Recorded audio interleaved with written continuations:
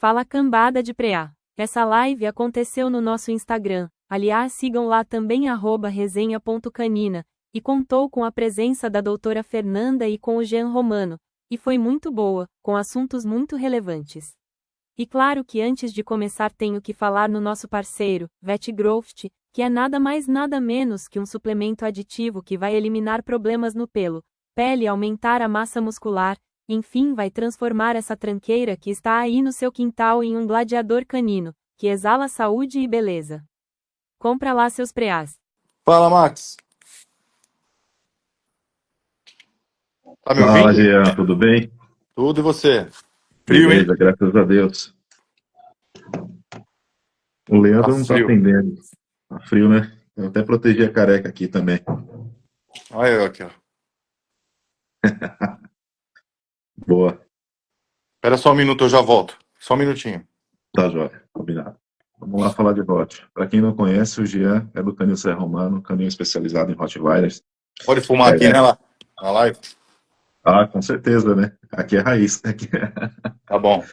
Hoje eu não vou tomar uma gelada porque tá muito frio, então vou tomar uma aguinha mesmo que fica mais tranquilo. Então, Jean, continuando a conversa que a gente já teve aí algumas lives anteriores, e a ideia aqui é a gente falar um pouquinho de rock, né, sobre a sua criação, sobre a sua visão de criador, Tá bom. começando aí pelo seu plantel. Hoje, como é que tá o seu plantel? Quantos cães você tem? Diminuiu, aumentou? Faz tempo que eu não Então, pego um vamos lá. score, certo? Entre adultos e filhotes, hoje, mais ou menos uns 60, 70 cães. Hoje, entre adultos e filhotes. Caramba. E É, aí? só Uhum, que ainda não tô contando as ninhadas, né? Que tem pra nascer. Tem bastante coisa ainda pra vir por aí esse ano. bacana. E aí já começo com a primeira pergunta. É possível fazer seleção sem plantel? Não, não é possível. Eu já ouvi muito essa fala quando eu comecei a criar. Eu lidava muito com criadores de panelinha e quando eu conversava com eles, eu sempre entrava nesse tipo de debate e eles diziam o seguinte: não, para mim vale muito mais a pena eu ter dois, três cães muito selecionados do que eu ter 20, 30 cães medianos. Eram as falas de algumas pessoas. Inclusive foi Uhum, motivo de discussões entre nós, porque mesmo que eu tenha um cão de excepcional qualidade, que ele tenha as melhores súmulas de exposição, todos os títulos de trabalho e uma fêmea de igual valor, mesma medida. Dois cães excelentes não geram uma ninhada de cães excelentes. Se eles gerarem um que seja do mesmo nível que eles, já é um absurdo a termo de, como posso dizer, já é uma grande feita, um grande mérito daquele casal de cães. Agora, é sabido que bom, eu acredito que se faz necessário uma variabilidade genética, tá? uhum. Lógico, a gente vai buscar ali por utilizar animais sempre melhores, mas se você pegar, em suma, dois cães bastam serem de um nível muito bom para que a ninhada toda seja homogênea, que todos os cães sejam do mesmo nível que os pais. Isso é muito raro, né? E é uma grande falácia. Não importa se eu tenho um casal de cães ótimos, eu digo de maneira de estatística, é comprovado que é normal nascerem cães inferiores aos pais quando esses cães são excepcionais. É muito mais comum você ver cães num nível médio alto produzirem cães de nível alto. Até mesmo se você parar para analisar, são raros os cães, são raríssimos os cães campeões mundiais que foram filhos de outros campeões mundiais, por exemplo. Né? Perfeito. Eles vêm sempre de uma árvore genealógica de seleção buscando a melhora, mas sempre atendendo ali dentro daquela média. Estou dando um exemplo tosco aqui, falando a respeito de morfologia, mas a gente precisa Uhum, englobar todos os outros quesitos, não apenas a morfologia. É natural que um cão em um nível ali mediano, uma fêmea, às vezes, muitas vezes, são as fêmeas, né, que a gente está usando como exemplo, que os plantéis uhum. utilizam uma fêmea mediana, mas com uma boa árvore genealógica, acasalada com um ótimo cão, as chances de nascerem bons cães mais próximos do nível do pai eu acredito serem superiores a título de referência mesmo prática, vida prática da criação. Perfeito. E aí, quando a gente fala de seleção, logicamente, o Rottweiler, uma das principais coisas é o temperamento, né? Como é que você faz aí os testes de progenie e como você consegue identificar isso aí na sua seleção de cães, uns cães bons, uns cães bons para guarda, vamos por assim? Análise de temperamento, você diz? Isso. Tá, vamos lá. É muito comum, principalmente em criadores com mais de 30 anos, eles realizarem alguns testes, como por exemplo o Volhard na ninhada. Os Uhum. testes do Volhard são muito antigos. Existem outros métodos, até que adestradores europeus se utilizavam, baseados na expressividade comportamental segundo o Skinner, né? Vamos dizer assim, e outros também. A Uhum. psicologia comportamental. Existem estudos de behaviorismo que foram utilizados em humanos, em tenridade, que também foi aplicado em cães em tenridade. Eu acredito que a análise do comportamento, desde jovem, ela uma caixinha de surpresas. Por que eu digo que é uma caixinha de surpresas? Porque existem muitos mitos, né, que permeiam a raça Rottweiler na escolha de um filhote voltado para temperamento. Ó, o Leandro entrou. O Leandro, ei, Leandrão. Deixa eu Vamos lá. convidar ele aqui. Deixa eu ver. No chat, você viu ele? Que é isso? Ah, isso é filtro, olha, tem filtro. Tá fechada a sua câmera aqui para mim, né, Jean? Não sei se para todos aí estão, mas Vê aí. se quiser abrir e fechar para ver. A minha fechou? É. Uhum. Ah, Leandro tá aqui. Nada? Nada. E aí, Deivinho? E aí, Leandro? Alguém aí na rolagem consegue ver a minha câmera tá aberta ou não?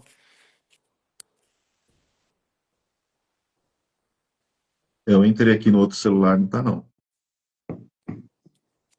Você não tá com alguma outra coisa na frente do Instagram? Não, cara. Tá só pro Instagram mesmo? Deixa eu ver. Pera aí. É, tá só o logo aqui.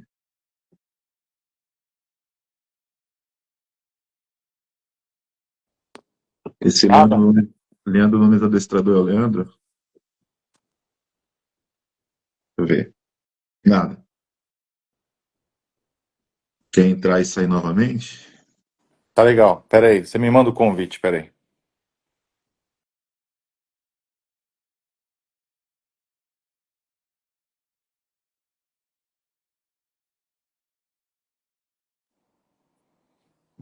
E Agora aí? sim. Ah, foi agora? Foi, agora tá bonitão aí na tela. Coitado. Eu tô conversando com o Leandro aqui. Tá. Vamos ver se é ele. Então vou só falando enquanto você tenta convidar o Leandro, tá? Fechou. Vamos lá. Existem muitos mitos no que diz respeito à escolha de um filhote, seja ele de qualquer raça de guarda aí. Quais são esses mitos mais comuns?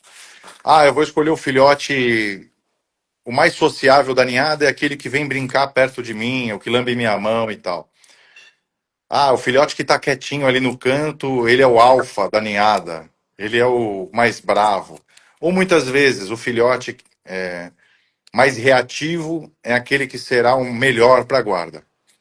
Toda vez que a gente fala na escolha de um filhote, é tão complicado porque muitos clientes, eles chegam até o canil, eles acreditam que já sabem de tudo o que eles estão, porque existem esses conceitos já estabelecidos, né? Então Uhum. eles querem aquele lá que demonstrou ser o mais quieto, porque ele acha que é o mais bravo. Bom, o comportamento natural em uma ninhada é variável, extremamente variável. Eu vou citar um exemplo aqui, para a gente seguir uma linha de raciocínio, e acredito que Boa. assim as pessoas consigam entender. Imagine uma ninhada de 10 filhotes, sendo arredondando, né, para ficar mais fácil. 10 filhotes, 5 machos e 5 fêmeas. O cliente chega para mim e fala: olha, eu quero o maior macho da ninhada. Vamos falar primeiro de tamanho para chegar no temperamento. O cliente vai pegar lá, tem 2 filhotes que são os maiores entre os machos, e vai achar que por eles serem maiores que aqueles machos, os menores não irão atingir aquele. Na fase adulta não terão o mesmo tamanho. Isso é um mito. Por que, que é um mito? Porque os filhotes mais velhos, existem vários fatores. Filhotes mais velhos, eu digo, os filhotes maiores, existem Maiores. vários fatores que podem terem ocorrido e permitido para que esses filhotes ficassem um pouco maior em detrimento aos demais irmãos. Por exemplo, imagine que a cadela entrou no cio no dia 1, certo? Começou o sangramento. No dia 10, Uhum. ela sai do período de sangramento e assim ela entra no período do proestro, período de ovulação, em que ela vem a ser acasalada. Tá? Naquele período, no primeiro dia de acasalamento, no 11º dia, por exemplo, ela fecundou ali 3 óvulos. Dos folículos ovulares maturados, 3 óvulos foram fecundados na monta por aquele reprodutor. Daqui 2 dias, quando essa cadela será utilizada novamente, suponhamos que foi o pico da ovulação. Foi o dia em que ela mais produziu óvulos naquele período estral. Período Perfeito. estral é o cio, período reprodutivo, para quem não sabe. E aí, naquele outro dia, 7 óvulos foram fecundados. Voltamos, então, para a ideia de 10 filhotes na ninhada. Uhum. 3 desses filhotes foram gerados primeiro. Como assim primeiro? Sim, primeiro. A trompa uterina, né? O filhotinho. É que as pessoas muitas vezes acham que eu sou louco de falar isso, mas 24 horas, 48 horas de vida embrionária muda bastante o desenvolvimento dos embriões. Né? Se a gente parar para analisar um óvulo, ele foi fecundado, subiu, foi para o útero e tal, e daqui 2 dias veio a ser realizada uma nova monta. Então, os óvulos iniciaram um período de vida embrionária. Então, isso faz diferença. Quando nascem esses 10 filhotes, eles competem entre si. Imagine que é natural um filhotinho maior ter um estômago maior. Então, nos neonatos, quando eles nascem, é natural que o maior filhote da ninhada, aquele que nasceu maior, vai ingerir mais leite do que os Perfeito. irmãos. E durante o período todo de amamentação, na competição, ele vai receber ali alguma vantagem. Ele vai ter ali uma vantagem só pelo peso dele. Ele não precisa tirar o irmão do peito da mãe, da mama da cadela. Ele basta pôr uma patinha em cima, ele já tirou o irmãozinho. E eu cansei de ver mesmo, filhotes que eram os menores da ninhada serem os melhores cães daquela determinada ninhada. O que eu quero dizer com isso? O filhote que era pequenininho, ele vai chegar com a idade de 60 dias, ele vai ter um tamanho realmente menor que o irmão. Mas seria uma falácia muito grande as pessoas pensarem que, por ele ser o maior, ele é o melhor. Tá? Existem vários fatores, não adianta nada eu vender um cachorro, por exemplo, para um proprietário que leva o maior macho da ninhada. E ali, aquele cão, por exemplo, ele não toma sol. Aquele cão tem a melhor ração, mas um exemplo, uma coisa besta, ele não toma sol. Ah, mas o que tem a ver o Uhum. sol? O sol é importante, a vitamina D é que faz a fixação do cálcio nos ossos, é importante para a pele, enfim. O animal que vive em um ambiente de umidade, suponhamos, o cachorro comeu, filhote, foi para casa nova, uma casa que não tem sol, ele come, deita a barriga no chão molhado de quintal, de piso frio que lava, sempre ele vai ter aquela friagem, vamos dizer assim. Por que digo friagem? Porque quando o alimento está no estômago, o organismo envia o sangue, fica concentrado na região ali para realizar a digestão. Uma maior Uhum. concentração de sangue vai causar um ciclo ali de diarreia naquele animal, então muitas vezes ele não vai conseguir fazer a absorção ideal de todos os nutrientes dele por conta do manejo ou do local que aquele cão está inserido. Você pega um cachorro em 2 condições ideais, o maior macho da ninhada e o menor macho da ninhada. Você vende para pessoas separadas, vão para lares diversos, em condições semelhantes, ideais, é quase que 85%, 90% de chance daquele cãozinho que era o menor ficar idêntico, digo idêntico nos Uhum. mesmos níveis em altura, vai, lógico, mudar o fenótipo, alguma coisa entre um e outro, mas eu estou dizendo a capacidade de desenvolvimento que aquele cão tem. Agora, em uma ninhada, assim como existe a competição no período de amamentação dos filhotes, existe também a competição no período de desmame.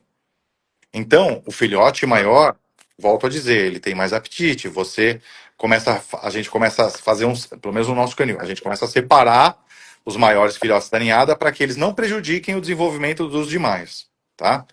E enquanto neonatos, a gente fica lá monitorando, nós ficamos monitorando os menores para também mamarem e irem adquirindo peso durante todo o período de amamentação. Mas no desmame, ao inserir a ração seca, o macho ou a fêmea maior, que a gente vai usar aqui como exemplo, vai encher a pança depois que ele come. O que sobra ele deixaria para os outros. É por isso que a gente separa. Nós separamos os maiores aí nesse caso. Então, como que vai se dando o desenvolvimento comportamental desses filhotes? Isso vai acontecendo no cotidiano. Um filhote que é um filhote mediano, ele não é nem o menor, não é nem o maior.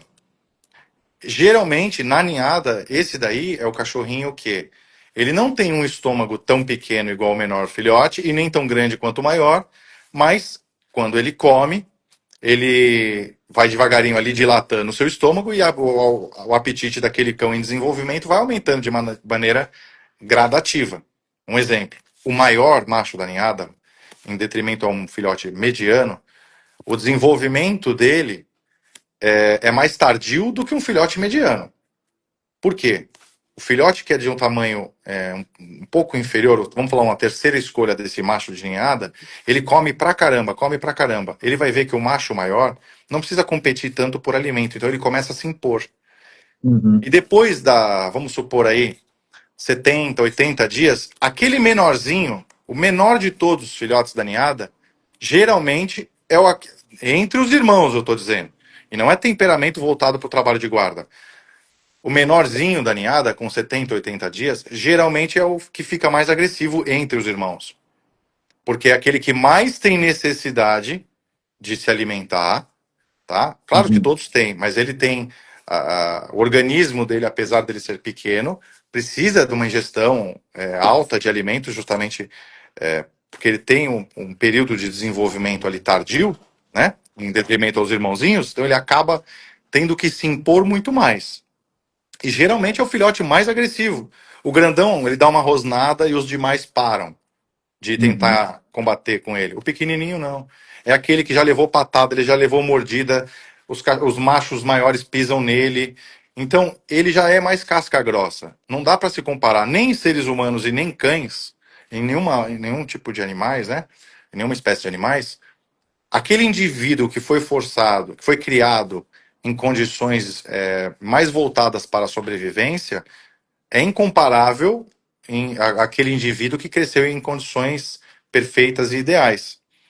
Esse filhotinho, o menor, geralmente ele é o último a ser vendido em uma ninhada, né, no canil. Verdade. Quando ele está à pronta entrega, muitas vezes o cliente acha que, em detrimento ao outro irmãozinho dele, ele vai ficar menor. Mas é batata. Isso não acontece. Isso não acontece. Então, quando esse filhotinho pequenininho passou no comportamento natural de ninhada, precisando se impor, bater nos irmãozinhos para poder comer e apanhar também, os irmãos saem da ninhada, só sobra ele e os demais menorzinhos, ele cresce ele vai se desenvolvendo com um índice de autoconfiança muito grande. Então, é um cachorro com uma sensibilidade menor. Busca conviver com uma ninhada que você vai entender o que eu estou dizendo.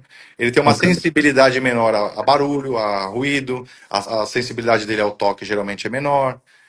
Enquanto você pega aí filhotes que são bem agressivos na fase de 4, 5 meses de idade, a exposição desses filhotes aí tem que ser de maneira suave, de maneira sutil, para que o animal não desenvolva nenhum tipo de trauma. Agora, a escolha de um filhote a nível de reprodução, a nível de um canil, como um criador deve escolher um filhote? Claro, depois que observadas as características morfológicas, vêm as características indesejáveis a qualquer preço, como, por exemplo, a presença de hérnias, deslocamento da córnea, animal com uma cauda encaracolada, uma linha de dorso não desejável, enfim. Tudo isso tem que ser avaliado. Já o indivíduo, o cão selecionado, escolhi, entre esses dois aqui eu gostei, entre esses dois eu vou escolher. Agora eu vou buscar temperamento. O que a gente precisa fazer? primeiro, avaliar qual é a idade desses filhotes. Estamos falando de filhotes de quanto tempo de idade? 60 dias? É muito novo. É muito Uhum. novo. Se você quiser realmente expor esses animais em condições mais abruptas, eu acho que o interessante seria segurar a ninhada até uns 4, 5 meses de idade. Segurar a ninhada toda, tô falando sério. Segura, nem que você vai pegar, segurar uma fêmea só, mas é interessante que você mantenha todos. E compare o temperamento da, um exemplo, a fêmea que você quer segurar com um irmão. Ah, mas a fêmea tem a condição de fêmea. Sim, tem a condição de fêmea. Mas o comportamento natural de ninhada, você vai ver lá o drive de comida desses cães. Você vai conseguir saber qual desses filhotes eu consigo tirar ele dali sem ele ficar sensibilizado. Pelo batimento cardíaco do filhote, você já entende. Com o tempo, né? Você vai, Uhum. você vai vendo que eu vou entrar lá na maternidade, pego uma garrafa PET vazia, Uhum. num momento que eles estão dormindo, joga esse objeto com umas pedrinhas assim, joga dentro da baia deles, deixa ele ver qual que vai ser o comportamento deles. Algum vai lá farejar, vai investigar, um deles vai latir, vai se arrepiar, algum vai tentar ir para trás, buscar um abrigo, né? E outros testes assim tem que devagarinho irem sendo feitos para você ir avaliar qual que é o melhor filhote daquilo que você quer. Se eu buscar Ideal até uma, 4 meses, então. eu acho. E ainda assim corre o risco de você precisar segurar mais, se você tiver dúvida. Tem Bacana. filhotes que vão ficar excelentes, um exemplo, né? Vão ficar cães excelentes, e que quando eles são bem bebezinhos, aí na idade de 50 dias, Max, são apáticos, comportamento de psicopata total. Ele só quer dormir, comer e dormir. Entendeu? Ele não demonstra nenhuma agressividade, mas isso não é sinônimo de que ele não servirá para a guarda. A gente precisa deixar as condições ideais de maneira crua, o mais natural possível, que o desenvolvimento daqueles filhotes vai mostrando devagarinho qual é Uhum. aquele que mais te agrada. E essa disputa por alimento, então, já é um manejo, vamos dizer assim, natural dos cães, que já vai desenvolvendo um pouquinho mais agressividade. Como Ou, assim? Não se- entendi sua pergunta. ou seria, você disse ali que já percebe ali, às vezes o último da ninhada, o último menorzinho, ele tem mais agressividade porque ele tá com mais fome, vamos pôr assim. É que ele nunca Isso. consegue comer as primeiras vezes no desmame. Ele não é o filhote que vai conseguir ingerir uma quantidade grande de alimento para permanecer um longo período sem se alimentar. Por ele ter o estômago menor, ele vai comer menos que o maior macho, por exemplo, da ninhada, certo? Então Uhum. ele vai precisar de várias refeições por dia. Então ele, no cotidiano, no dia a dia, ele vai tentar se impor. É, mesmo que perca ali, ele vai tentar se impor aos irmãozinhos e acaba dando ótimos impulsos de coragem, né? Eu acho que tem muitos casos de filhotes que são os menorzinhos que acabam se tornando ótimos cães aí, no quesito temperamento voltado ao trabalho. Entendi. É, nesse sentido mesmo. Então, assim, já tem um desenvolvimento com um manejo natural ali, vamos pôr assim, entre eles, já demonstra logo cedo, então, uma agressividade, né? Sim, E, Alexandre falou: olha o Tartaruga Ninja. Alexandre, futuro criador, aí aprende um pouquinho ali, manda sua pergunta. E aproveitando nisso que você comentou, Jean, o pessoal mandou perguntar aqui, para quem É. vai iniciar uma criação, com um macho ou uma fêmea? Bom, meu conselho, sempre busquem escolher uma fêmea para iniciar um plantel. Por quê? A fêmea, quando você vai abrir um registro de canil, quando você compra uma fêmea, as suas ninhadas vão seguir o seu afixo. Se você busca adquirir um cão macho para ceder acasalamento para outros canis ou colegas criadores, o seu trabalho começou já sem dar seguimento ao mérito que você está ali de ter criado aquele cão e tal. Você não tem como segurar aquela prole. A progênie do seu cão, por melhor que ele seja, vai ficar com o dono da fêmea. Então, se for começar uma criação, eu recomendo o cara comprar uma fêmea, abrir o canil dele certinho, transferir a propriedade dessa fêmea para o nome dele, que aí quando essa fêmea parir, tiver os filhotinhos bonitinhos, ele consiga registrar o mapa de ninhada no afixo dele já. É. Perfeito. E para o dono de casa, pensando um navegante de primeira viagem no Rottweiler, o que você recomenda, fêmea ou macho? Aí a gente precisa ver quem é esse dono, né? Tem diferenças entre macho e fêmea que eu acredito que a gente precisa levantar. Por exemplo, o dono se incomoda muito com a demarcação de território, né? O dono se incomoda muito com o cio da fêmea, por isso que ele quer uma fêmea e quer castrar. Ou então ele se incomoda com a demarcação do território do macho e por isso castra para o macho logo jovem, bebezinho, bem novinho, for castrado, vai fazer xixi igual fêmea e não vai mijar na roda do carro do cara. Primeiro que eu sou contra, tá? Já estou adiantando, isso é um fato polêmico. Uma coisa é eu falar isso dentro de um grupo, outra coisa é a gente falar isso numa rede social aberta. Eu sou contra a castração de cães de guarda. Vou explicar o motivo. É muito comum médicos veterinários até falarem: a castração vai evitar o câncer. Eu entendo a mente dos proprietários. Olha só, a gente está falando de escolha de macho e fêmea, é onde eu estou indo para explicar. Bacana. A pessoa fala: não, vou castrar a fêmea para evitar o câncer. Ou então existe a outra falácia: minha cachorra precisa reproduzir pelo menos uma única vez, ou meu macho precisa reproduzir pelo menos uma única vez. Isso é um mito. Ele não tem necessidade de reproduzir.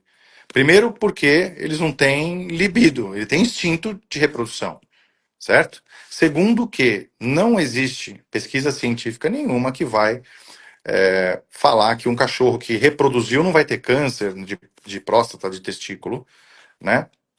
Existem trabalhos mostrando malefícios da castração. Exatamente, mas não é só isso. A doutora Fernanda está aí na rolagem, tenta subir ela. Em relação a eu ser contra a castração, é porque, apesar de você remover o trato reprodutor de uma fêmea, e dessa maneira, só um minuto, o Ranchoar, quando você realiza a castração de uma fêmea, ela não vai ter câncer de útero porque ela não tem útero, certo? Ela não vai ter ali câncer de mama porque foi interrompida a produção hormonal do trato reprodutor, né? Pois bem, mas já existem estudos, como muito bem apontado a doutora Fernanda falou, que quando você castra um cão muito cedo, as chances desse animal vir a desenvolver outros tipos de cânceres em outros órgãos, etc., é muito maior. Agora, tirando a parte do fator doença, vamos falar agora sobre o fator temperamento. Os hormônios, eles são imprescindíveis para que um cão de guarda exerça com excelência a função que aquela raça se destina. No caso, a guarda, a gente está falando aqui. Imagina que a característica da raça Rottweiler mais,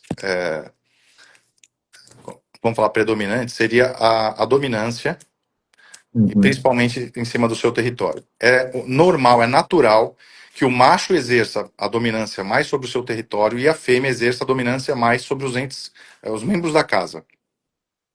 Se a pessoa castra um cão macho, aquele cão não recebe os impulsos neurológicos, vamos falar assim, para que ele exerça ali a territorialidade dele. Ele marcar território, ele está criando uma linha, uma barreira no seu território, para que outros cães não invadam aquele espaço, para que outros seres humanos que não os da família dele invadam o seu território. E também é uma mensagem de odor para qualquer tipo de outro cão, enfim, felino. É assim que os animais, no caso os cães e outros grandes animais, realizam a demarcação de território. Para que ele faça a defesa daquele território, ele precisa entender que aquele território é dele. E o que fará com que ele entenda que aquele território é dele é o instinto de territorialidade que aquele cão tem e a capacidade dele exercer dominância em cima do território. E essa dominância é subjetiva à capacidade, ou melhor, à produção hormonal que aquele indivíduo tem, certo? Agora, vamos falar entre machos e fêmeas, para escolher para guarda ou para primeiro Uhum. rote. Uhum. O macho é muito maior que a fêmea, mesmo que tenhamos fêmeas grandes, o macho é maior. A força mandibular de um macho é maior. A ferocidade que um macho tem quando aberta ali a defesa ou aquele animal precisar reagir é bem diferente da fêmea. A fêmea vai vocalizar muito mais, né? Vai latir bem mais, vai demonstrar mais agressividade, até por uma questão de certas inseguranças que a fêmea tem na guarda. Insegurança, não estou falando que ela é medrosa, mas estou Uhum. dizendo que é mais natural a fêmea fazer uma guarda um pouco mais preventiva do que o macho. O macho ele tem uma postura muito mais seguro de si, mas incapacidade de interromper uma invasão à sua residência, um cão macho é mais forte do que a fêmea. Agora, se tiver a oportunidade de ter um casal, é melhor ainda. Perfeito. Né? Porque eles vão formar ali um instinto de matilha, vão atacar juntos, vão fazer ronda de território juntos, né? Vão marcar território juntos também. Né? Aí, eu não sei se ficou claro, se ficou alguma dúvida. Não, Vai perfeito, Alex. depender, Max, vai depender do que o cara quer. O cara tem nojo do cio da fêmea, por exemplo, cara, ele vai ter que castrar a fêmea. Mas no caso de ser muito necessária a castração, aproveitando esse assunto, eu recomendo que os cães sejam castrados, principalmente as fêmeas, né? Deixa ela ter pelo Uhum. menos 2 cios, né? Que ela já tenha tido ali sua formação, para depois castrar. E nos machos, cara, é que se fosse para recomendar mesmo, depois dos 24 meses. Se fosse uma coisa assim muito importante, porque ele vai ter uma fêmea de outra raça e o cara não quer que acasala, ou o fato realmente é a urina do cão nos carros e tal da casa, mas eu sou contra a castração no geral. De cães de guarda, eu quero dizer, né? Não Uhum. estou falando que eu sou contra a castração de vira-latinhas que foram resgatados na rua. Que aí é outra coisa, né? É. Deixa eu convidar a doutora aqui a aproveitar. Ver se eu consigo. Olha, um rapaz perguntou aqui, ó. Deivinho, queria ver uma live do Jean e Jairo Teixeira. Não ia querer, não. Não ia dar certo, não. E aí, Oi, doutora? boa noite. Boa Boa noite. noite, doutora. Desculpa a demora, acabei de chegar. Não, Não, tudo, imagina. Já tá tudo aproveitando esse bem? mesmo assunto que a doutora entrou, e o pessoal que recomenda a castração para evitar piometra, doutora? É normal isso daí? Deixa a doutora falar, que ela que é a veterinária aí do nosso canil, para quem não conhece, doutora Fernanda Lopes. Então, eu sou contra a castração também, Max. Uhum. Tá? Eu acho que você tem que colocar muito na balança e ponderar, né? O porquê esse animal vai ser castrado. Óbvio, se esse animal vive em matilha e não tem controle, eu sou a favor da castração, né? Perfeito. Porque não tem que ficar reproduzindo aí, enfim. Mas é um animal que está dentro da sua casa. Você tem controle sobre esse animal. Você observa esse animal, né? Passa em veterinário periodicamente. Tem um acompanhamento. Eu sou contra a castração, tá? Pensando na saúde deles. Porque os trabalhos já mostram os malefícios também da castração. Perfeito. Aí o pessoal se ilude, né? Ah, eu vou castrar meu macho novinho porque ele não vai levantar a pata. Vai lá, o cachorro levanta a pata. Então, eu acho que o veterinário tem que ser bem claro e colocar tudo para o proprietário, né? Então, aí a escolha é do proprietário, claro, Uhum. salvo algumas exceções que não tem como a gente deixar animais inteiros que vai virar uma desordem, Perfeito. tá? E a Bacana. piometra, ela é uma infecção uterina. Como a gente também tem piometra de coto em cadelas castradas. Não sabia. Então, assim, a infecção uterina vai ocorrer geralmente após o cio, né? Se é uma piometra aberta, o proprietário vai olhar e vai perceber antes, mas se for fechada, é mais difícil. Porém, se é um proprietário cauteloso, ele vai perceber. E aí a gente castra, porque o tratamento é caro, né? Porque existe sim tratamento para piometra, mas é Uhum. caro e acho que aí é um valor que é mais para criador mesmo. Perfeito. E, Jean, eu tenho uma pergunta aqui do Alexandre. Qual a ligação entre posse por alimentos com guarda territorial? Se tem, se tem algo nesse sentido aí. Não entendi. Pode repetir? Qual a ligação entre posse por alimentos e com guarda territorial? Aquele animalzinho que tem posse ali, defende alimento e tal, né? E Então, aí vamos lá. seria melhor para a guarda. A dominância, uma vez que a gente falou que a característica mais comum dos cães dessa raça, principalmente na fase adulta, né? Uhum.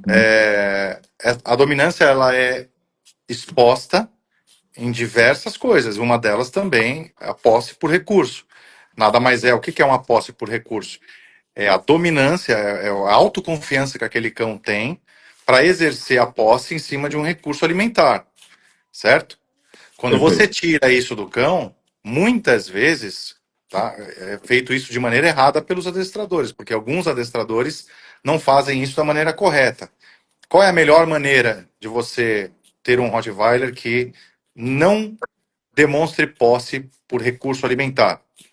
Quando o filhote chega na sua casa, você começa a alimentá-lo colocando um pouco de ração na mão. E não é esperar o cachorro ter 1 ano e meio e colocar a mão no potinho da comida do seu cachorro, entendeu? Para ele crescer sabendo que a mão o alimenta, não está lá para competir pelo alimento. Porque nós somos os racionais, então a gente precisa entender. O filhote sai do canil em um ambiente onde ele precisa se impor para ele conseguir se alimentar. Se ele não se impor, os outros filhotes não vão deixar ele se alimentar. Então isso, ele vem com esse comportamento para sua casa, e aí na sua casa, mesmo que ele demonstre agressividade, você vai dando um pouquinho de ração para ele aos poucos, entendeu? Para ir dessensibilizando esse filhote, sem que ele precise demonstrar posse por recurso, até ele fazer ali a assimilação de que o dono não está competindo com ele por nenhum tipo de recurso alimentar. Mas se existe ligação entre a posse alimentar E com o guarda? fator guarda, sim, lógico que existe. Um cão que não demonstra, tem um apetite ruim, não Uhum. tem aquele drive food bom, né? Como que você vai. Para mim, o cachorro que não tem um bom apetite, na minha visão, pode parecer um pouco extremista, mas isso já é meio que um alerta, uma bandeira vermelha de que não vai servir para mais nada, praticamente, o cachorro. Não liga para a própria vida, né? O cachorro que, como eu falei, não tem aquele drive food, aquela vontade de se impor, fica realmente difícil. Perfeito.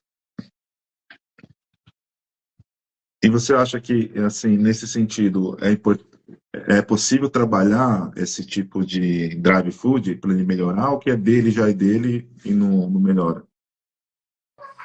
Vamos lá. Quando o filhote sai do canil, ele sai com um comportamento que a gente chama de comportamento natural. Então é natural que ele vai chegar em casa, é normal nos primeiros dias, ele vai ver o potinho de ração ali, vai ficar desesperado para comer e tal. Claro que ele não vai comer muito, porque os donos são muito super protetores. Chegou o filhotinho de 60 dias, o dono coloca 2 quilos de ração e me liga, olha, ele não comeu tudo. Eu entendo que é uma ansiedade que o dono tem. Mas, qual que é o ideal? Ao mesmo tempo que você não quer que esse cão interprete o seu criador como sendo uma ameaça para que ele tenha ali aquele instinto de sobrevivência ferido, para você ir devagarinho, dando ração na mão, acostumando o animal. E não precisa fazer isso todos os dias também, né? É só ir fazendo a Perfeito. dessensibilização. Agora, um cão que já não tem um bom drive para se alimentar, eu acredito que você precisa começar a, infelizmente, privar ele da alimentação à vontade e depois, conforme os trabalhos, né, conforme o adestramento for evoluindo, você vai premiando ele com alimento. para que assim ele não tenha mais aquela sensação de saciedade e assemelhe, perdão, a realização de trabalho com alimentação. Nesse caso de um animal que não tem um bom apetite. Aproveitando a presença ilustre da doutora aqui, doutor, alimentação natural é tão melhor assim que ração ou não tem nada a ver isso aí? Na sua Max, opinião? tudo depende. Tudo depende. Eu não sou contra a N, mas eu Uhum. acho que tem que ser feita por um profissional individual. Essas ANs, que serve para qualquer cachorro, aí não acho legal, Não tá? funciona. Se procurar um profissional e ele desenvolver uma N para o seu animal, tudo balanceado, com os complementos, né, que o cachorro precisa, que a ração tem. Então, assim, aí eu não sou contra, mas tem que colocar tudo na balança. Não dá para fazer a N da cabeça, cozinhar pé de frango e dar pro cachorro e falar que dá a N. Aí não Só rola. pé de frango e dorso, né? Ô, Receita. É, doutora, acho que é assim, vou complementar até o que a doutora falou. Um nutricionista veterinário, um nutrólogo, né, enfim, vai montar uma dieta, essa dieta precisa ser seguida, né? exatamente.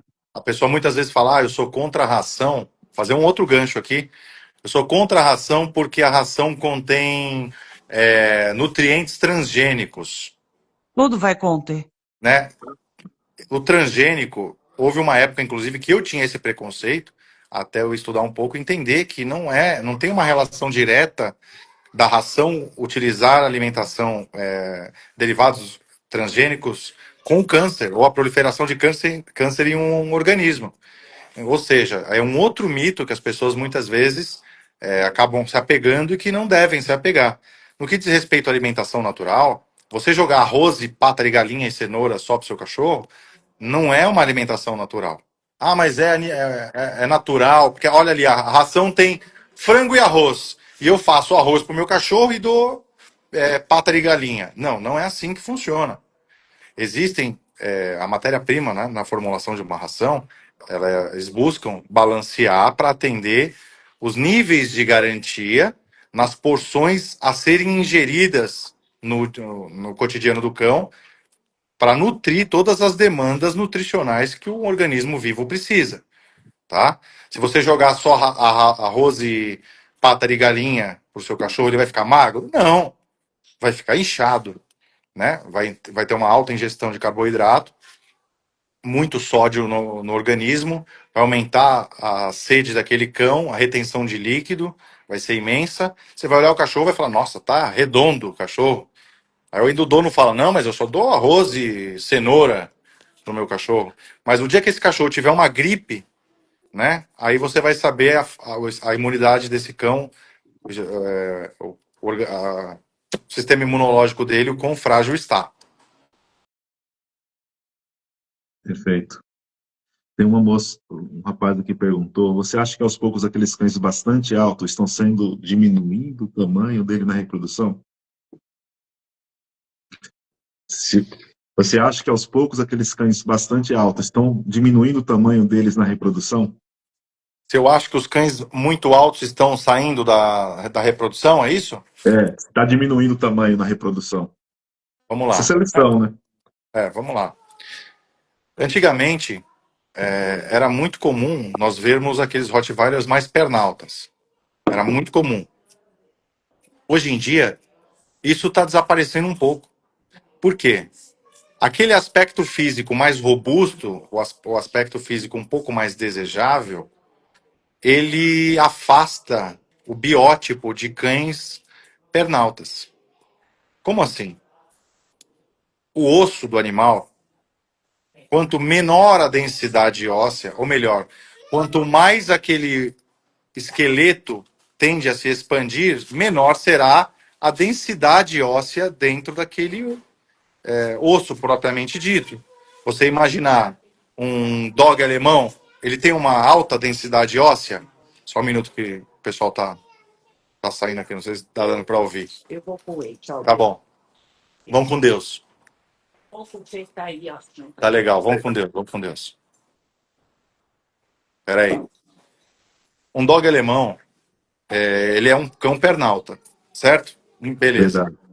Se você olhar o tórax de um dog alemão, ele é fino. O tórax dele é um tórax fino. Por quê? Ele tende, devido ao desenvolvimento acelerado e ao tamanho na fase adulta, ele tende a ter um biotipo mais esguio, certo? E fazendo uma comparação com, no caso da raça Rottweiler, antigamente, muitos e muitos cães que eram comercializados, né? O Rottweiler americano, aquelas falácias e Uhum. tal, que eram os Hotts misturados com Doberman, e eram vendidos aí no jornal Primeira Mão aos domingos e sexta-feiras, eram cães super altos, com aquela cabecinha fina. Se você olhasse de maneira paralela, aqui está a caixa craniana do cão, aqui está o focinho do cão. Hoje você pega a caixa, olhando de lado um Rottweiler, você vai olhar aqui o occipital, até o sulco frontal da parte onde vem a narina aqui, vai ter uma linha não nada paralela, né? De um Rottweiler moderno para um Rottweiler mais antigo. Enquanto que aquela caixa craniana com stop mais baixo, lembra, olhando de lado, aqui acaba o crânio do cão, aqui estão os olhos, né, o sulco frontal do animal e a linha do focinho. Quanto mais paralelo estiver o focinho do crânio do animal, mais, eu digo, avaliando o fenótipo desses cães que a gente está falando. Aqueles cães com Uhum. focinho muito longo, geralmente eles têm a caixa craniana em linhas paralelas à linha do focinho. E esse fenótipo foi sendo afastado por questão da seleção na Europa, em especial na Alemanha, que depois esses cães foram enviados aí para as regiões do leste europeu, e ali foram selecionando ainda mais indivíduos com maior densidade óssea, com a caixa craniana maior.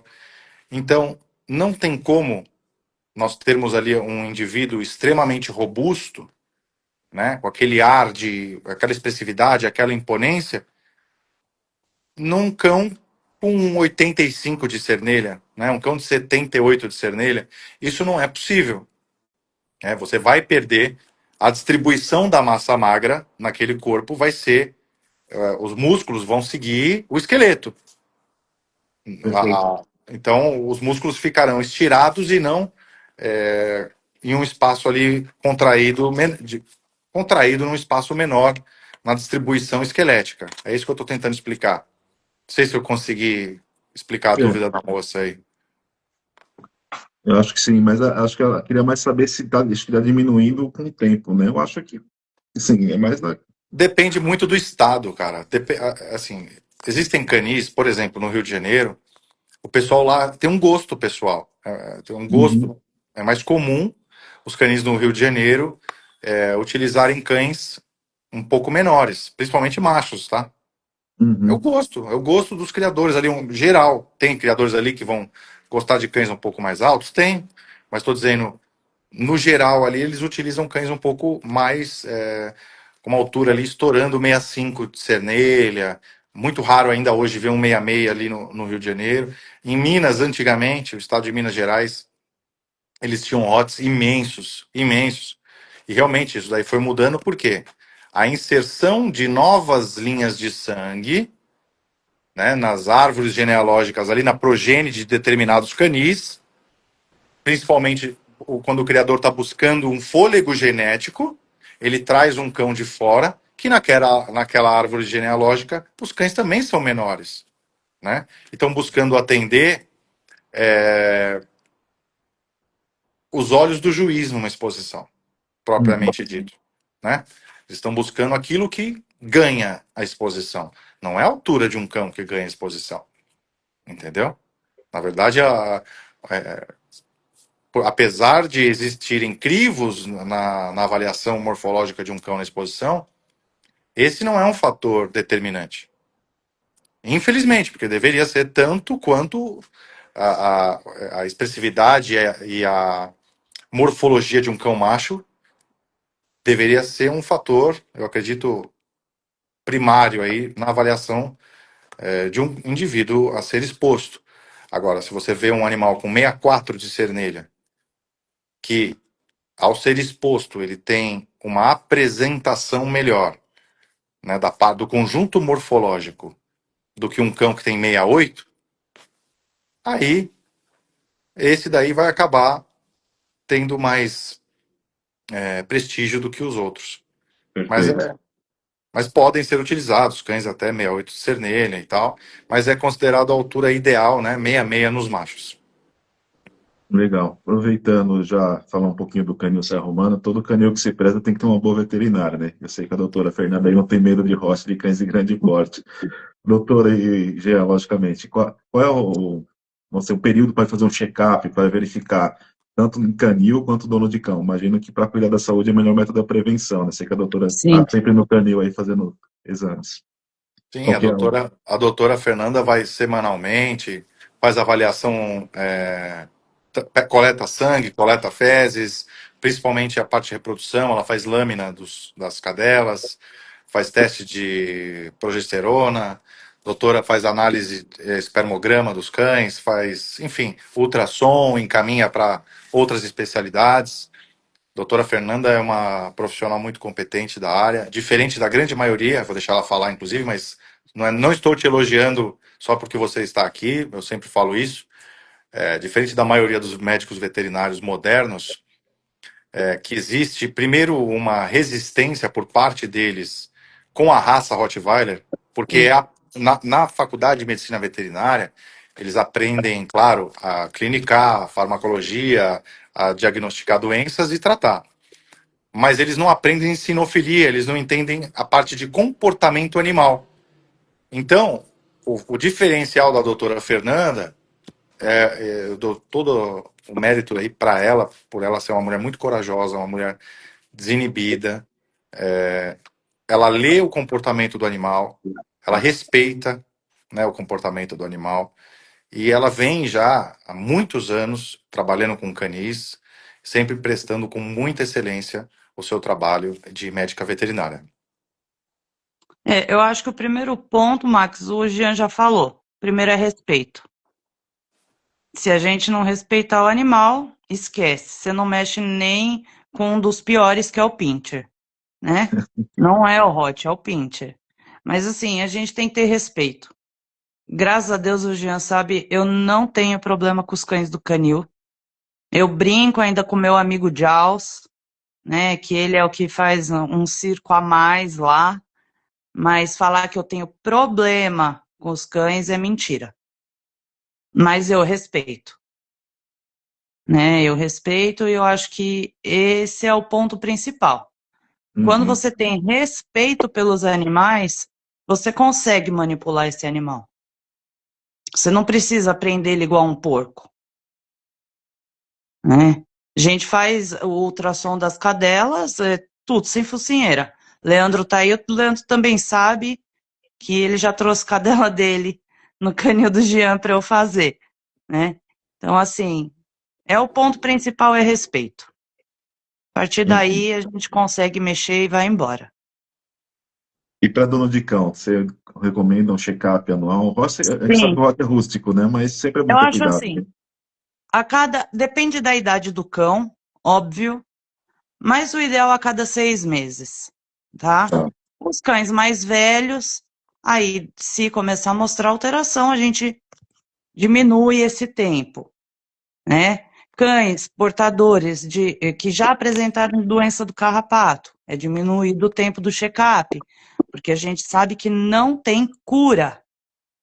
A gente trata sintoma, né? Tem novos trabalhos também dizendo da erliquiose canina, que possivelmente esse cachorro que apresentou mais para frente vão apresentar problema renal. Então, o controle é sempre a melhor saída. Não adianta depois chorar quando o cachorro chega no veterinário morrendo. E o veterinário não conseguiu salvar. Não, você que deixou, né? É verdade. Bacana. Então, prevenção. Fizer a cada 6, 8 meses, um animal jovem, ótimo. Não Mas custa, não sempre bom custa muito fazer. também, né, Fernanda? Não é caro. Não, Para a pessoa fazer um exame de sangue, Uma função Não, renal, função hepática uma vez por ano, um exame de fezes ali. No caso de filhotes, inclusive, como a vermifugação em filhotes ela se dá de uma maneira muito mais, um intervalo muito mais curto entre uma data de vermifugação e outra, acho que nem é tão preocupante em filhotes, não, porque mais em cães adultos. mas porque eles muitas vezes são negligenciados. Agora, se você seguir o protocolo Exatamente. de vermifugação nos filhotes, é óbvio, né? Não, porque a transmissão de muitas vezes é orofecal, não expondo esse animal a certos ambientes, fica bem mais tranquilo os filhotes. Ele vai demandar uma administração de vermífugo maior do que um cão adulto. Mas, Sim, apesar do filhote ser mais serelepe, pôr a boca em tudo, mastigar tudo e poder vir a se contaminar muito mais, os quadros aí de cães adultos com infestação de colônias de verme, de verminose, é por falta de vermifugação semestral, trimestral, enfim, dependendo da exatamente. necessidade do proprietário. É, Aproveita. exatamente isso. E lembrando, né, que não adianta você fazer o controle dos endoparasitas se você não fizer de ectoparasitas. Pulga transmite verme. Verdade? Bacana. Aproveitando esse Então, tema, responder a pergunta do canil Ranchoar lá, qual o protocolo de vermífugo e vacinação do seu canil? Vamos lá. A primeira dose de vermífugo ela precisa ser administrada entre 18 e 21 dias de vida dos bebezinhos, né? Ele deve estar falando isso. A vacinação no nosso canil, a gente não utiliza a vacina PUP, tá? Eu utilizo a Pfizer V8.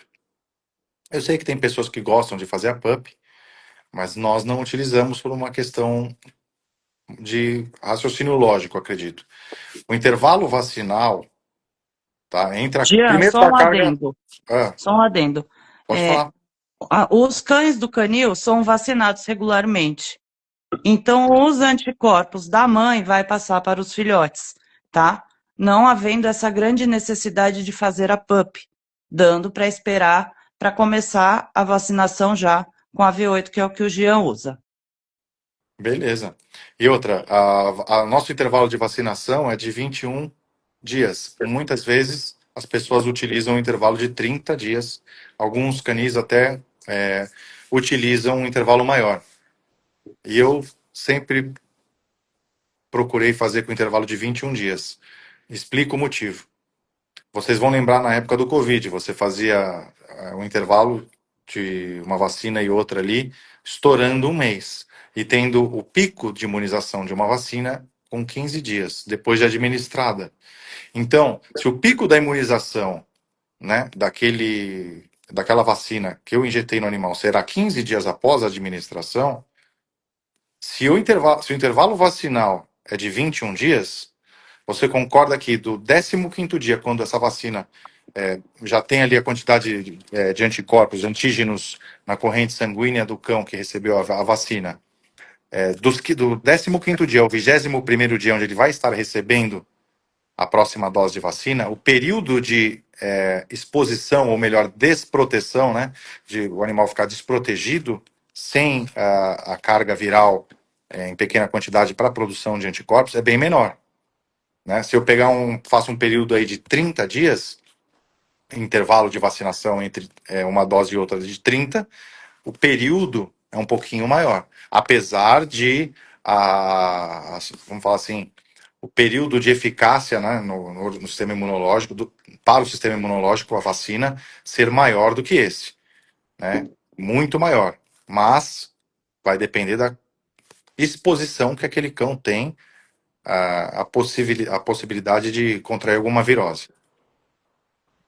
Posso Digo fazer isso? mais um adendo Pode, da lógico, raça? lógico. O Rote é mais, a gente sabe, mais susceptível à parvovirose. Sim. Não tanto a sinomose, mas a parvovirose, sim. Então, o protocolo vacinal é importante em qualquer raça, mas no Rottweiler tem que ser seguido à risca. Tá? 4 doses, E doutora?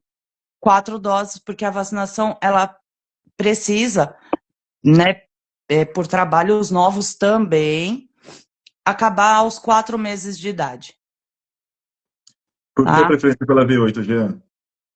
A V8 ela tem duas cepas dois Amém. vírus, né, a menos, duas cargas virais a menos do que a V10, e então ela não causa tanta febre. Às vezes pode acontecer um pouquinho de febre nos filhotes. E o filhote com febre, ele vai demonstrar ali um pouco de apatia, ele às vezes pode não comer naquela noite. Então, para evitar, né, que caia ali a imunidade do cão por conta da dose da vacina, a gente utiliza V8, entendeu? Mas nada impede de alguém utilizar V10, imagina. Bacana. E vermífugo, doutora, você citou que tem que ser dois tipos, né? Quais seriam? São dois medicamentos ou um medicamento pode ser um só que completa todos os dois tipos que a senhora citou? Então, Max, o indicado é sempre que você for vermifugar, você mudar o princípio ativo, tá? Então, não é mudar o laboratório, é mudar o princípio ativo do vermífugo. Bacana. Tá? É o que é recomendado. Por quê? Porque esse animal, se você ficar sempre no mesmo princípio ativo, ele pode desenvolver. A palavra fugiu. Meu Deus, quando não faz efeito. Uma resistência maior, né? Isso. E aí Ok. você vai dar o vermífugo, mas não está adiantando. Mas você usou um monte de vezes. Então, o organismo ele se adapta e então a gente recomenda vermifugação sempre mudando o princípio ativo. Tipo, pega o Mibelmax, e depois o Vetmax. Dá um Milbemax, aí depois eu faço um Fenzol, né? Tá. Primeiro eu entrei com uma Milbemicina, fiz um Fenzol. No Hot não tem problema da gente usar ivermectina. Então a gente pode usar Endogard, Topguard. Agora a gente pega raças que não podem com a ivermectina, a gente também tem que ter esse cuidado. Tem raças que não podem nem com a milbemicina. Então, é sempre assim, tem que tomar esses cuidados dependendo da raça que você está tratando. Excelente. A senhora citou que o filhote, né, principalmente de Hot, é mais exposto à sinomose, né? Parvovirose. Parvirose. Não é Não é disposto. exposto. Eles É. são mais susceptíveis. Entendi. O que mata o Rottweiler, por que a parvovirose, na literatura da medicina veterinária, a doutora vai falar com mais propriedade, se você lê a respeito das raças mais acometidas ali, os danos mais gravosos pela parvovirose no Rottweiler, porque o que mata o cachorro não é o vírus, é sim aquilo que o vírus causa no organismo do cão. E como a parte mais frágil que o Rottweiler tem é o sistema gastrointestinal, e é o lugar onde a parvovirose mais ataca, é por esse motivo que o Rottweiler é muito sensível. Eles dizem muito sensível, mas na verdade é a suscetibilidade do animal vir a óbito por conta de contrair uma parvo. Entendeu? Porque a parvo, ela destrói as velocidades intestinais. Então, um animal que já tem um sistema gastrointestinal, vou falar mais frágil, ele vai, pega um negócio dele, derruba, né? Ô, Max, como é que você vai divulgar essa live aqui lá pro grupo lá do Canil? Deixa eu ver. Depois que a gente terminar aqui, fica salvo, né? E eu jogo no grupo lá, o link. Agora não dá pra gente mandar lá? Não, só depois que fica Só salvo. depois. Né? Só quem quiser entrar ao vivo, né? Aí tem que... Dá pra ver, né? Peraí que eu vou enviar então pra galera. Vai dar um engajamento maior aqui pra nós. Boa. Aproveitando, doutor. Pode falar, gente. Sua câmera fechou, já. Peraí. A Karen tá aqui. A Karen tá aí? Tá. Legal. Minha câmera tá aberta ou fechada? Tá fechada. Acho que é porque você jogou o link lá, ele acaba... Vê agora. Não. Continua fechada. Tem que entrar na tela da live. É que você tá, acho que, compartilhando, aí ele acaba baixando a cortina e fica... Eu vou sair e já volto. Boa. Aproveitando, doutora, que outras doenças o nosso querido Hot é mais suscetível? Max, assim, depende das doenças que você quer saber. Assim, sempre vem lá e vê Hot fala, Hot já sei o que é. Otite, eu acho que é bem comum, por exemplo. Então, a otite eu não vejo tanto aqui na minha região, vou te falar bem a verdade. Não vejo. Mas gastrointestinal é o que mais vem. Rottweiler com uma diarreia que não cessa, Rottweiler que come e vomita, né? Então, assim, eles têm isso um pouquinho mais frágil, tá? Mas isso na fase filhote, depois de adulto não tanto. E aí, se a gente entrar em doença, a gente vai entrar em tumores. E vive pouco, Aí a gente vai num lugar mais. começar a chorar já. Deixa essa parte pra lá, que eu tenho hot dentro de casa e eu não quero pensar nisso, não. Boa, boa. Agora Eu tá aparecendo, já. conheço, eu conheço, mas eu fujo, eu finjo que não existe. Muito bom, muito bom. Cadê o Mas, Leandro? assim, eu acho assim, Max, se o cachorro é bem cuidado, tem avaliação por veterinário assim que precisa, não é um bicho de 7 cabeças. Não é. Bacana. Eles têm uma saúde boa. Que pedo un saludo che barbas de pito. Que é isso? É italiano? Deve estar falando que o barbudo aí tá fumando. Pito deve ser cigarro. Uhum. É, Já tem uma pergunta perdida aqui no meio, né? Inclusive aqui nas perguntas da caixinha tinha como você montou seu plantel, importou ou são cães do Brasil? E São aí cães do perguntando aqui, Brasil, descendentes de estrangeiros, né? Cães estrangeiros, que ali a gente foi fazendo uma seleção e dentro da variabilidade genética, por justamente ter um número de animais em que eu consiga permanecer utilizando apenas cães do canil, nós seguimos nossa seleção, sem ter a codependência de outras linhas de sangue, uma vez que existe uma variação genética muito grande.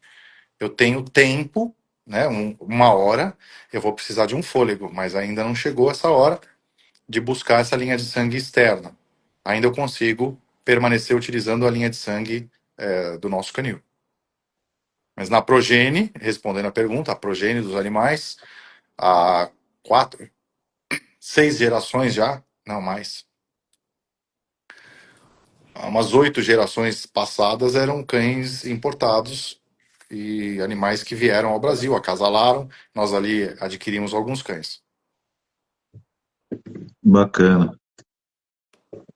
Tinha um aqui perguntando sobre o fenótipo de Rottweiler que você seleciona. Não sei se é interessante explicar o que é fenótipo, mas também não vejo muito sentido aqui de. é que a Bom, primeira pergunta, Max, foi sobre o que o Jean acha dos time Titor. Aí Ah, depois verdade. perguntou do fenótipo dele.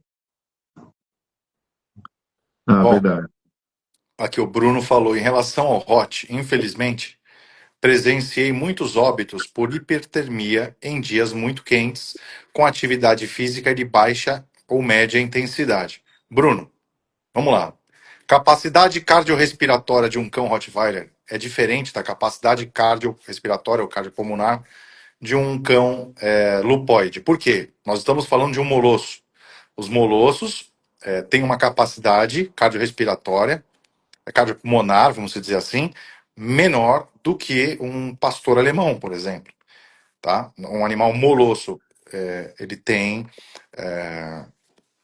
o andar dele é mais pesado, a massa muscular dele é maior, ele tem mais densidade óssea, ele não tem tanta leveza, exige, o organismo dele demanda mais energia para permanecer realizando uma determinada atividade física. Você viu o óbito em alguns cães? Possivelmente porque são animais que não tiveram um treinamento propriamente dito, um preparo físico para estar realizando certas atividades. Vamos supor, uma caminhada. Eu tenho um Rottweiler, o animal. Eu sempre dou uma volta, 2 voltas no quarteirão com o cão. O cão tem 4 anos de idade, eu resolvo fazer uma maratona com o animal. Mata. Então, esse cachorro, ele não, principalmente em dias quentes, que são os dias em que as pessoas querem fazer longas caminhadas, aproveitar né, o clima mais hospitaleiro, no final da tarde ali. E outra, tem que se respeitar também, é Bruno o nome do rapaz, o período de digestão do animal. Isso é importantíssimo, porque existe uma ignorância disseminada de que meia hora depois o animal pode realizar atividade física. E isso não é verdade. Tá? O cão que é um atleta não é o cão do quintal. Um atleta ele tem no seu dia diversas refeições em pequenas porções, balanceadas, buscando ali extrair energia e proteína para ganho de massa muscular, tá? O cão da nossa casa vai realizar atividade física em momentos muito aleatórios da vida dele. Você fazer uma caminhada com um cão de 4 anos de idade, suponhamos um macho de 60 quilos ou mais, sem preparo físico, uma quantidade de gordura visceral muito alta naquele organismo, um animal que levou uma vida sedentária, em dias quentes, o organismo dele começa a ventilar ali, ele fica com hipertermia, o cachorro precisa de mais oxigênio, o dono não nota os sinais, muitas vezes porque não entende, o cachorro já com a língua para fora, dilatação das narinas, a pupila do cachorro extremamente estressada ali, o cachorro com diafragma já em muito movimento muito acelerado. E devido ao calor, esse cachorro pode vir a óbito. Mas, meu amigo, eu vou te falar uma coisa: mesmo um pastor belga Malinois, que é um cão com uma capacidade pulmonar muito superior a que um Rottweiler, também precisa de habitualidade para a realização de atividade física intensa, tá? Então, eu acredito que seja todo um preparo antes de expor o animal a certa, e inclusive filhotes, tá, Bruno? Não sei se sua pergunta foi para filhotes. Você imagina um filhote andar 2 quilômetros, um filhote de 4 meses, 2 quilômetros para ir, 2 quilômetros para voltar num dia de calor, o filhote não aguenta. Ele vai virar óbito mesmo. Depende também a região que ele tá, né? Se for uma É, região muito quente, se o cara estiver em Manaus, né? Aí é difícil. exatamente. Não, não tem nem como fazer exercício físico com esses cachorros. Vai morrer. Vai Sim. aquecer e vai morrer. É que assim, Fernando, eu acredito até que o Bruno tenha dito isso, porque existe também uma. Não é culpa do Bruno, talvez, ele só falou sobre a capacidade de realização de atividade Ah, não, física. a pergunta do Bruno eu entendi. O que eu Não, tô sim. querendo dizer, assim, é que o lugar muito quente, o cuidado é redobrado. Não, claro, mas eu estou querendo entrar num outro ponto, aproveitando a pergunta do Bruno, que é: as pessoas comumente dizem que o cão com o focinho mais curto, eles não conseguem, a capacidade respiratória dele fica comprometida. Uhum, Só que, Bruno, eu vou te adiantar uma coisa: o que vai comprometer a capacidade respiratória de um cão é o esmagamento da cana nasal. Entenda, por favor. Imagine a narina de um cão aqui, certo? O duto nasal do animal vem até aqui. Quando existe aquela inclinação, aqui está o focinho, aqui está o olho do cachorro, aqui o focinho, certo? Você olhando de lado, quando existe uma inclinação do focinho, em que o duto respiratório ali da cana nasal do animal é esmagado, o nome disso é braquiocefalia, certo? A braquiocefalia, sim, vai reduzir a capacidade respiratória de um cão. Não é comum cães da raça Rottweiler terem a doença, né, a patologia, a braquiocefalia. Porém, a gente não está falando de tipo de crânio aqui. A gente não está falando de tipo de crânio. A gente está falando da doença, né, que os cães acometidos pelo esmagamento, aí se torna, como eu posso dizer, o estreitamento, que nem ele falou, muito bem colocado, o estreitamento da cana nasal, que vai dificultar esse animal de respirar, levando menos oxigênio para a corrente sanguínea e piorando a sobrevida aí desse cachorro. E aí, Jean, você me lembrou, essa semana, inclusive, discuti com um criador não, adestrador, só que lá de Portugal, É. falando sobre força de mordida, né? Ele prefere cães com um focinho mais longo, porque, segundo ele, a força de mordida era maior. Você concorda com essa visão ou não tem nada a ver? Não tem sentido. Vou te explicar o porquê que não tem sentido. Boa noite, Diego. Diogo, bem-vindo. Imagine que, como eu consigo exercer mais pressão em uma determinada área? Linhas paralelas do focinho, entenda, vamos ver um focinho em que a mandíbula inferior e a mandíbula superior são paralelas. Então a capacidade esmagatória ali vai se dar nesse movimento aqui, ó, certo? Perfeito. Beleza. Quanto mais estreita quanto mais estreito for um crânio, menor é o osso. Vamos lá, menor é o osso craniano onde vai receber o músculo responsável pelo poder mastigatório. E esse osso é o arco zigomático craniano, que ali dentro fica o masseter, que vai realizar o poder de mordida de um cão, seja de qualquer raça. Se a gente Perfeito. parar para analisar um Doberman, para quem aqui já teve cães de guarda, imagine um Doberman, um pastor belga malinois, um pastor alemão, que já figurou para esses cães, apesar de eles terem, como falei anteriormente, uma grande capacidade cardiopulmonar, e até mesmo superior, e não só isso, tá? Em superior ao Hot, o pastor alemão e o belga malinois, eles têm mais células olfativas também. Ou seja, são animais mais indicados para o faro do que o Rottweiler. Eu não estou aqui só para falar que o Rottweiler é bom e não tem nada em detrimento às outras raças. Bom, inferior às outras raças, porque tem. Todas as raças de cães têm qualidades e têm defeitos. Aí o dono precisa ver quais qualidades vão me atender e quais defeitos ali que eu não quero em um cão, em um animal. Quando a gente faz a figuração para um Doberman, a gente percebe que a mordida dele é cirúrgica, certo? Ele morde, ele segura ali, mas o poder de tração na mordida dele é fraco. Um Rottweiler é diferente, porque se você olhar a boca de um Rottweiler, você for ali nos molares, no fundo da boca do cão, você percebe que a distribuição da mandíbula do animal, ela é triangular. Ela tem esse formato aqui. Uma vez que o animal realiza ali a mordida, a capacidade de exercer força esmagatória e ele conseguir tracionar ali na mordida, né, ele conseguir travar e dar aquela tracionada, é muito superior. É comum as pessoas perguntarem sobre capacidade de mordida, porque hoje em dia as pessoas se baseiam em pesquisas cuja fonte sejam delírios na internet. Por quê? A gente vê muitas vezes, o cane corso tem 750 PSI de capacidade de mordida. Me mostra a fonte. Não existe essa fonte.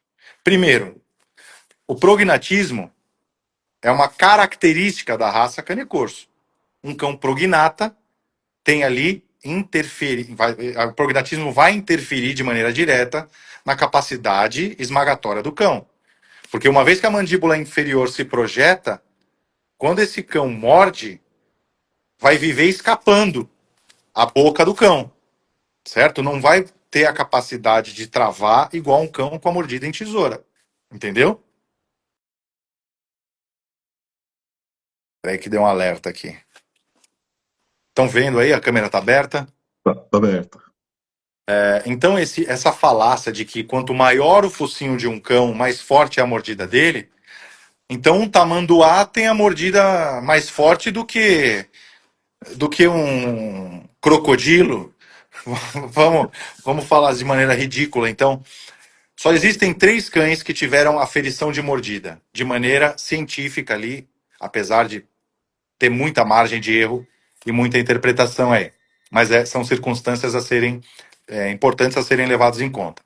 A National Geographic fez uma avaliação de 3 raças de cães: Pitbull, Pastor Alemão e Rottweiler. Eles utilizaram um método para medir a força do cão, colocando um medidor debaixo da manga da mordida ali. Esse teste foi realizado lá nos Estados Unidos. Para quem tem curiosidade, depois acessa lá no YouTube, vocês vão digitar Force Bite Competition, né, de cães. Force Bite Competition, Rottweiler, Pitbull e German Shepherd. Vocês vão verificar que o Pitbull utilizado, ele é um Pitbull standard. Só que é um Pitbull standard com uma capacidade atlética muito boa. Um pastor alemão que foi lá utilizado para esse teste é um pastor alemão muito alto, bem forte, um cachorro, um bom cão para raça. Só que no Rottweiler eles utilizaram um cão que ele é menor do que uma fêmea de 8 meses do nosso canil, cara. E mesmo assim deu uma diferença absurda na ferição da mordida lá, certo? Chegando a fazer até um link, eles compararam a mordida daquele indivíduo, porque a mordida vai ter variações.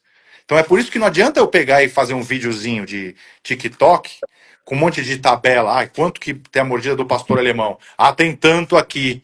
A do Rottweiler, ah, tem tanto aqui. Vamos imaginar. Imagina um soco. Um soco. Um homem de 1,50 m, o Bruce Lee, pronto. O Bruce Lee era um homem forte, ele era muito forte, só que ele não era uma referência. Então, generalizando, um homem de 1,5 m vai ter um soco muito mais fraco do que um homem de 2 metros de altura. Ah, mas da onde você está tirando isso? Meu, pelo amor de Deus, física básica, né? É questão de quanto mais massa, mais contra a inércia, maior o volume de impacto, né? A força de impacto. Então imaginem, em cima desse estudo das 3 raças de cães que foram avaliadas, as pessoas começaram a criar diversas falácias na internet. Chegaram a falar que um dog alemão tem 900 PSI de mordida. Então, assim, a pessoa... Não sei como a pessoa fala um negócio desse, né? Então, para a gente zerar aí essa falácia, o IGP, antigamente chamado de IPO, e antes de Schutzhund, existiam cães, por exemplo, da raça Boxer, que foram selecionados sem o prognatismo que hoje se encontra no padrão da raça. E eles, os cães Boxer, se vocês vão lembrar do que é um Boxer, o focinho era muito pequenininho e eles eram cães que faziam IGP, cara. Entendeu? É uma falácia muito grande. Falar, o cachorro com focinho curto ele não morde, ele não consegue respirar. Isso não é verdade. Isso daí, volto a dizer, é uma confusão de informação na internet por pessoas que são curiosos, entusiastas, gostam de aprender sobre cães, mas quanto o tamanho do focinho não interfere de maneira direta, né? Vai interferir de maneira indireta no caso de um prognatismo, no caso de uma brachiocefalia, no caso de uma má oclusão dos incisivos ali, ou a ausência de um dente do animal para realizar o travamento. Enfim, ou até um animal subnutrido, por exemplo, que não teve ali o desenvolvimento do masseter de maneira adequada. Imaginem 2 cães Rottweilers, os 2 têm 70 quilos, vamos chutar lá em cima, certo? Um treinou mordida a vida inteira e o outro não treinou. Qual que você acha que vai ter a mordida mais forte? É um músculo. Quanto mais você exercita, mais capacidade. Isso. Então, são falas nas redes aí a respeito de tamanho de focinho que eu acredito que a gente não deve ficar cego e acreditar em tudo que lê. Bacana. Tem uma pergunta aqui, acho que a gente entrou no tema, mas pode voltar, né? Você falou que não pode ir depois de meia hora de caminhada. Com quantas horas depois de alimentar pode fazer uma caminhada com um lote? Bom, eu vou falar aqui, mas eu vou deixar a doutora complementar, porque a veterinária que é ela. Eu acredito que o período de gestão leve em torno de 1 hora e meia, no mínimo. Por que eu digo no mínimo? Porque o animal, depois de alimentado, ele vai ingerir, no caso ali, uma ração semi-hidratada ou desidratada. Então, ele vai ingerir água. Vai acontecer uma dilatação estomacal para realizar depois, então, o período de digestão. Mesmo que esse animal venha a fazer a pré-digestão ali, né, no intestino, eu esperaria aí umas 2 horas, até 2 horas e meia para realizar qualquer atividade. E lógico, aos poucos, né? Atividade aos poucos. e nos períodos mais amenos, os climas aí, períodos do dia que o clima esteja mais ameno. Fala você, doutora. Eu já acho que depende. Depende da quantidade que o animal vai comer em cada refeição. Depende. Tem Aspecto físico pessoas que dele, né? tratam uma vez ao dia e dá uma tonelada de ração. Então depende. É, O que eu falo para todos os meus clientes: quer ir caminhar? Caminha antes das refeições. Volta, espera o cachorro voltar ao normal, respirar normal e dá a refeição. Você vai diminuir a quase zero o risco de uma torção. Excelente. Boa dica. E aproveitando, doutora, tem um protocolo melhor, se 2, 3 ou uma vez ao dia? Filhote e jovem e adulto? Max, filhote, depende da idade, eu gosto que coma pelo menos 4 vezes ao dia. Só que aí também vai depender da vida da pessoa, né? Lógico que tudo a gente tem que adequar. Agora, o filhote de quanto tempo a gente está falando? Não, filhote de 4, 5 meses? 2 vezes ao dia está ótimo. Eu não gosto de ração uma vez ao dia, né? Ração, AN, o que for. Eu acho que sempre tem que ser pelo menos 2 vezes ao dia. Bacana, bacana. Mas aí também tem divergências, tem veterinários que gostam. Eu estou dando a minha opinião agora pessoal. E como eu faço com os meus cães aqui em casa. Excelente. 5 para 10, vamos ficar mais 5 minutinhos aí já. Aproveitar. Protocolo para formação de cão de guarda. Como você recomenda? Que tipo de treino, que tipo de formação? protocolo, É, se eu pudesse recomendar para formar um cão de guarda, protocolo, o hot, basicamente, né? o hot, lógico. Bom, vamos lá. Pega o filhote, leva ele para sua casa, deixa o animal num ambiente menos exposto. Não, todo mundo que entra na tua casa não tem que colocar a mão no seu cachorro. Em passeios, né? Não deixa as pessoas fazerem carinho no seu cão. Atenda às 3 características imprescindíveis para um cão de guarda: autoconfiança, o IAR, né? Impulso, autoconfiança e resistência à pressão. Vamos falar o IAR, né? Impulso. Trabalhe os impulsos do seu cão. Joga brinquedo para ele, desenvolva bastante a caça. Amarra um pano de chão numa corda, brinca bastante, deixa o cachorro perseguir. Aquilo ali é o drive de caça. O cachorro mordeu. Aquele é o drive de presa. Carinho, carinho, petisco, elogio. Muito bom isso. Trabalha esse impulso no cão. Quando você iniciar o pillow é o quê? Aquela manga de mordida que é utilizada para aperfeiçoamento de mordida. Você vai sair de um bebezinho, lembrando, tá, pessoal? Filhote não pode puxar o pano ou nada para não entortar os dentes do animal. Então, principalmente porque ali os dentes ainda não estão totalmente formados ali. Então a raiz do dente está mole e pode estragar a dentição do cão. Depois no pillow, vai dando confiança pro cachorro, elogiando, brincando. Ele mordeu, faz um carinho, expõe ele a barulho. Faz um outro barulho diferente, e dando carinho pro cão assimilar o barulho com carinho, que tá tudo bem, que ele mordendo resolve o problema do barulho, entendeu?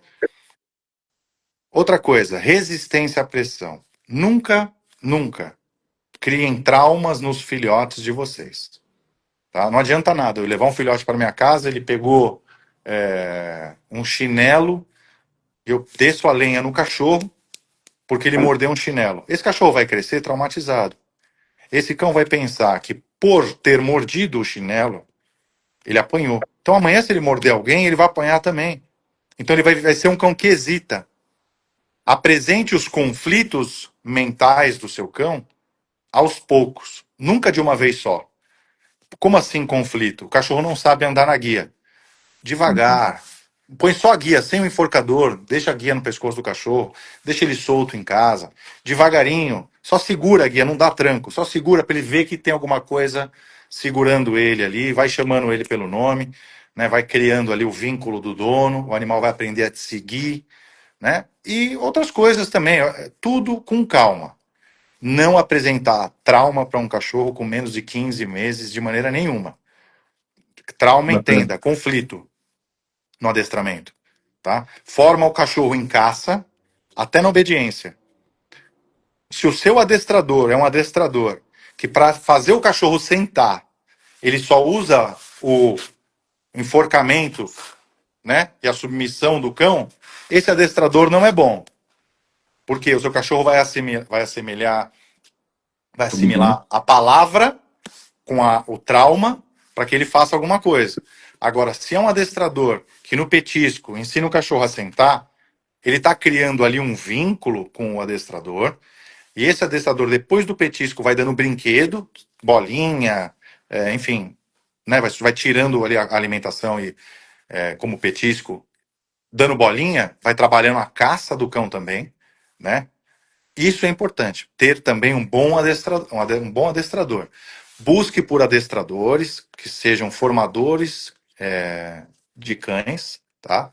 Uhum. Evitem dog walker, evita passeador de bairro, adestrador que fez o curso de final de semana online. O cara que prepara um Rottweiler para se tornar um cão de guarda, normalmente não é o cara que estica uma fralda no chão e ensina um cachorrinho poodle a fazer xixi na fralda, tá? Então busquem bons adestradores, procura saber ali qual que é a capacidade técnica daquele cara, né? E cria o seu animal da maneira mais natural possível, tá? Dando muito amor, muito carinho e, claro, ali estimulando ele sempre para que ele, quando morder, morda com confiança, né? Fique tranquilo. Morde o cachorro. O importante é o cachorro morder tranquilo, cara. Não é ficar desequilibrado. É o que eu Conflito acho. depois dos 15 meses, então. É que assim, é geralmente a fase que tá o cachorro formado na caça já. Entendeu? Aí depois você começa. Você pode abrir um pouco a defesa do cachorro antes, mas pouco. Se você colocar muita mão, você pode estragar o cachorro. É o que eu acho. Não tô falando que isso está escrito em nenhum lugar. Essa é a minha Perfeito. opinião. Bacana. Ver se tem mais alguma pergunta aqui importante. Acho que não. Vamos lá. Bom, senhores, foi um prazer Mandar um inenarrável beijo falar aí com pra Karen, vocês. mandar um beijo pro Leandro. Boa. Foi um prazer inenarrável falar com vocês. Apesar de ser um feriado, ter pouca gente hoje, depois a gente repete aí. O Leandro tem que ir lá pro Canil também. Leandro é um covarde. Chamei ele aqui, ele falou que ia carregar o telefone, não veio. Acho que Deixa amanhã ele ele aqui. vai lá no Canil também. Tem que Boa, boa. trabalhar esse vagabundo aí. Boa, doutora, obrigado pela participação. Jean, muito obrigado pela Imagina, eu que participação. agradeço. Obrigado eu, Max. Um abraço para todo mundo. Valeu, boa noite, pessoal. Boa noite. Valeu. Valeu.